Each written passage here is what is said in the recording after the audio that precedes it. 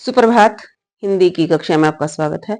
आज का जो हमारा उपविषय रहेगा वो रहेगा कक्षा 9वीं रीढ़ की हड्डी, जिसे लिखा है जगदीश चंद्र माथुर ने। और ये एक एकांकी है। एकांकी क्या होता है? किसी भी कहानी का जैसे हम एक अंक या एक भाग जो लिखते हैं या सुनाते हैं या हम उसके बारे में जानकारी लेते हैं, तो वो एक एकांकी कहलाता है। ये भी हिंदी की एक विधा है।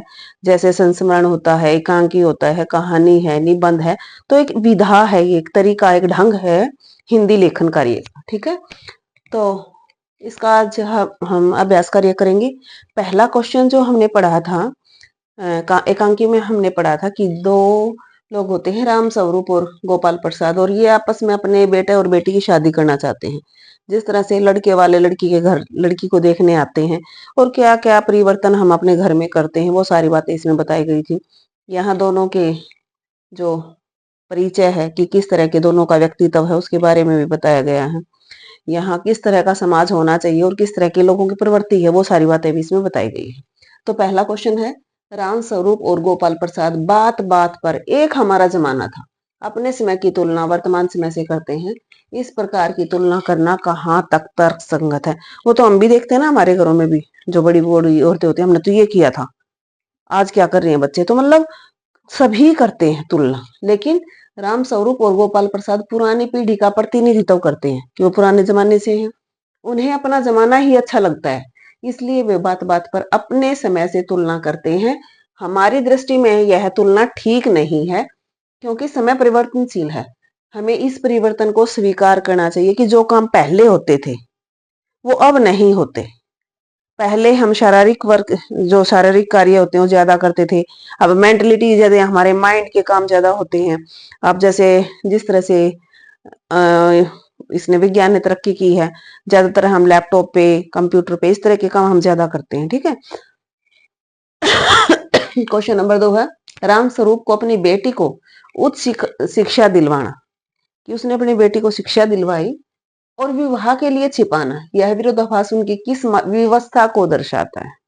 देखो, जो राम स्वरूप थे उसने अपनी बेटी को उच्च शिक्षा दिलवाई, पर विवाह पर उसे छिपाना उसकी मजबूरी है। छिपाना नहीं चाहते, एक मजबूरी है। क्यों है? लड़की के पिता को, लड़के व उसके पिता, जैसे अपने लड़के की शादी जिसके साथ कर रहे हैं, उस लड़के के और उसके पिता की मर्जी के अनुसार चलना पड़ता है। गोपाल प्रसाद उच्च शिक्षित बहू नहीं चाहते थे, अतः राम स्वरूप को अपनी बेटी की उच्च शिक्षा को छिपाना पड़ा कि कहीं वो देखने आए और उन्हें पता चल जाए कि उनकी बेटी तो ज्यादा पढ़ी लिखी है और वो शादी से इनकार कर दे। शंकर जैसा लड़का या उमा जैसी लड़की समाज को कैसे व्यक्तित्व की आवश्यकता है? समाज को उमा जैसे व्यक्तित्व की आवश्यकता है, क्योंकि जो उमा थी, उमा में साहस है, जो उसका करैक्टर है, जो उमा का पार्ट निभा रहे हैं, उस लड़की में साहस है, स्पष्ट बोलने वाली है, पढ़ी लिखी है, समझदार है, सुलझी हुई लड़की है। ठीक है। लेकिन जो शंकर है वो कैसा? चरित्रहीन है। तो इसमें एकांकी में बताया गया कि वो एक दो बार कॉलेज गर्ल्स हॉस्टल के बाहर भी जैसे लड़कियों के द्वारा पीटा गया था। ठीक है। तो चरित्रहीन है, दब्बू है, अपनी बात को रखने में सक्षम नहीं है, वो बता नहीं सकता कि मैं मुझे क्या चाहिए और मैं क्या करना चाहता हूँ। वह शारीरिक रूप से अक्षम है, तभी तो बोला है। वो इस तरह से झुक के बैठता है, कई लोगों की होती है ना झुक कर बैठना, प्रॉपर वो बैठ भी नहीं पाते। समाज को उसकी कोई आवश्यकता नहीं है, हमें चाहिए पढ़े लिखे व्यक्तित्व की, हमें यहाँ आवश्यकता है। तो दो लोग हैं इसमें, राम स्वरूप और गोपाल प्रसाद। तो दोनों का अगर आ जाए कि उनके चरित्र की क्या विशेषताएं हैं, तो आप बता सकते हैं कि राम स्वरूप क्या है? दब्बू स्वभाव का, दबता बेचारा। स्त्री शिक्षा का पक्षधर है, क्योंकि अपनी बेटी को शिक्षा दिलवाता है। बेटी को उच्च शिक्षा दिलवाना उसको अच्छा है, लेकिन वो अपनी मजबूरी में उसे छिपाता भी है, इसीलिए उसको दब्बू बोला गया कि वो अपनी बात को अच्छी तरह से लोगों को समझा नहीं पा रहा है। पुराने जमाने से प्यार है, अपनी बातों को वो बताता है कि हमारा टाइम ये था और हम ऐसे करते थे।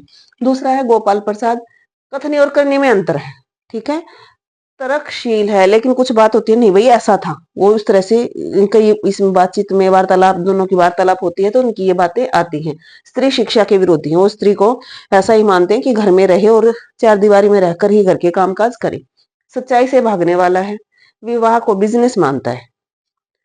पुरानी मान्यताओं में विश्वास रखता है, वो भी अपने ज़माने की बात करता है। तो ये है रीढ़ की हड्डी एकांकी अभ्यास कार्य। धन्यवाद।